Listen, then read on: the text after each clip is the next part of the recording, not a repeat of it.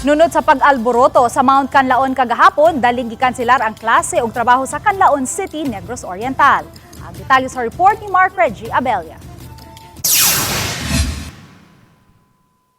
Ang suspension sa klase ug trabaho sa dakbayan sa Canlaon gipatuman karong adlaw. Sa direktiba nga gipagawas ni Canlaon City Mayor Bacho Cardenas, mulungtad ang suspension until further notice. Gawas niini hugtanon usab nga ipatuman ang curfew sa lungsod nga magsugod sa alas 10 sa gabi hangtod na sa alas 4 sa kadlawon.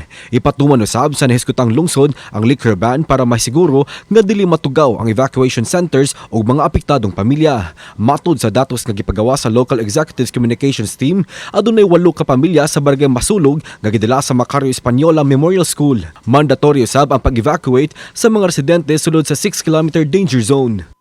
Sa pagkakaroon, nanawagan ko sa tanang katawhan, no, labi na diri sa barangay Lumapaw, barangay Malaiba, barangay Pula, and barangay Masulog nga og mahimo, no, because we are now on alert level 3, kinahanglan nga mo evacuate na ta diha sa ato ang mga areas.